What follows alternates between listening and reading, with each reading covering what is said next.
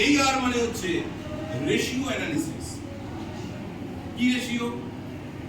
আমি লাইফে কতটা টাইম ওয়েস্ট করেছি তার জন্য আমার ক্যারিয়ারটা হলো, আমি টাইম কতটা ইউজ করেছি আমার হলো, বাবা মা কি ইনভেস্ট করেছেন, টিচাররা কি পড়াশোনা ইনভেস্ট করেছেন, কতটা সাপোর্ট করেছেন, তার যে monetary valuation. Time is nothing but money. সময়ের মূল্য তোমরা রচনা করেছো বা পড়ছো বা লিখছো। সুতরাং এটা যখন তোমরা ভবিষ্যতে যদি কোয়ান্টিটেটিভ রিসার্চ, অপারেশন রিসার্চ এরকম সাবজেক্টগুলোর মধ্যে যাও, দেখবে তার অঙ্ক আছে। সেই অঙ্কের মধ্যে দেখিয়ে দেবে যে কত খরচ তোমার প্রজেক্টেড হতে পারে আর কতটা প্রজেক্টেড লস তুমি করতে পারো বা কতটা লস তুমি করে স্টুডেন্টকে কোনো করতে পারো।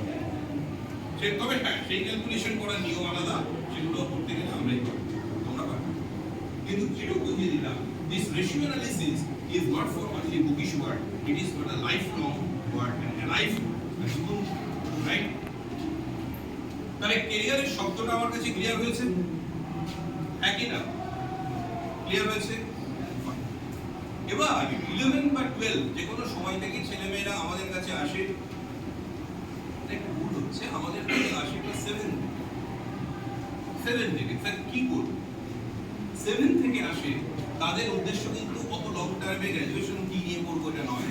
তাদের উদ্দেশ্য, আমি এখন 7 পড়ছি, আমি একটা অ্যাবাকাসে অঙ্ক শিখতে চাই, কি অমুক জায়গায় একটা যোগা ক্লাস করতে চাই, আমি ক্লিয়ার, অমুক কম্পিউটার শিখতে চাই।